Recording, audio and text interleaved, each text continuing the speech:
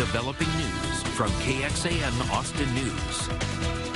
3 bodies, including a small child, found at 2 different homes in Austin, and investigators say they're all connected. A man has been charged in one of those killings and is the suspect in 2 others. Investigators found a man dead in his home on Burleson Manor Road yesterday after his daughter reported him missing.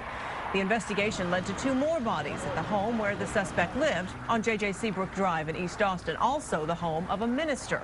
Shannon Wolfson is there live with details in this investigation. Shannon?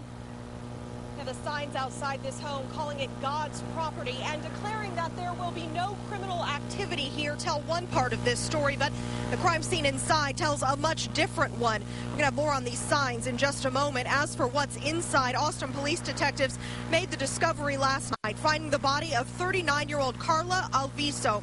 Also inside, the body of a little boy, but police will not say who he is.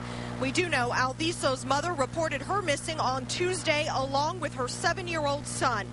Now, we are told this man, Alviso's former boyfriend, Marco Garcia, rented a room at the house. He's a suspect in these deaths, but is charged with capital murder in another homicide. We want to show you that map again to explain the sequence of events now. Garcia was working odd jobs for Edward Stout. He's a man who lived on Burleson Manor Road. His daughter reported him missing on Wednesday, and investigators found his body on Thursday under a tarp inside his garage. He'd been shot once in the back of the head, and a 9mm pistol was missing from his home, along with several credit cards which were being used, and Stout's truck. His grandson said Garcia had worked for Stout on and off for years. He'd been deported to Mexico, but had recently returned to Austin. That's part of our investigation and going into his background and to his history to try to figure out where he is, where he's been, and what he's been doing up until the murders.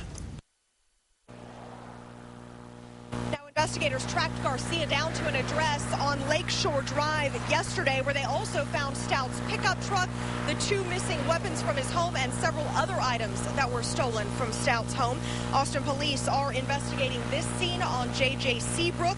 They won't say how Alviso and the little boy here died, but they do say Garcia is a suspect in the deaths that occurred here. We're live in East Austin. Shannon Wolfson, KXAN Austin News.